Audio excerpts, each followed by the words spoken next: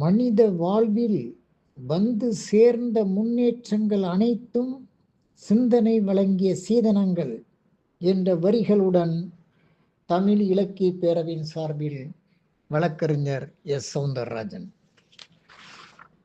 புதிய இந்தியாவை படைப்பதற்கு ஆற்றல் மிக்க ஒழுக்கம் சார்ந்த இளைஞர்கள் தேவை.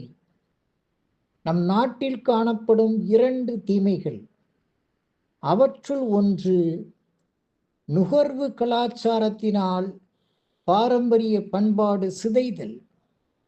மற்றொன்று எங்கு நோக்கினும் அதிகார வரம்பை மீறி பணம் சேகரித்தல். இந்த 2 தீமைகளும் நம் நாட்டில் இருந்து விலக வேண்டுமானால் முதலில் அவை நம் மனங்களில் இருந்து நீக்கப்பட வேண்டும். ஒவ்வொரு இளைஞனுக்குள்ளும் 2 சாபங்கள் உள்ளன. ஒன்று, தன் ஆற்றல் மீது நம்பிக்கை கொள்ளாமல் எப்போதும் தன்னை பலவீனமாக பாவிப்பது.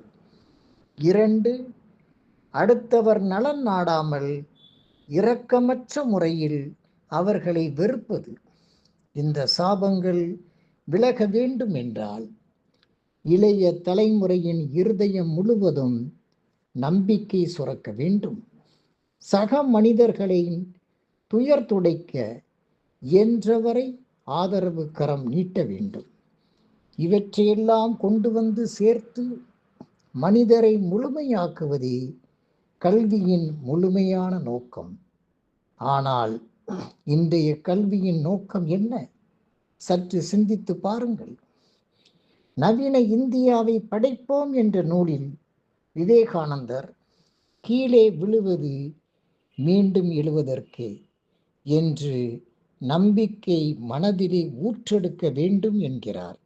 அவருடைய வாசகமான arise, awake, stop not till the goal is reached நெஞ்சில் நிறுத்தி புறமாக்கிடுவோம். நன்றி, வணக்கம்.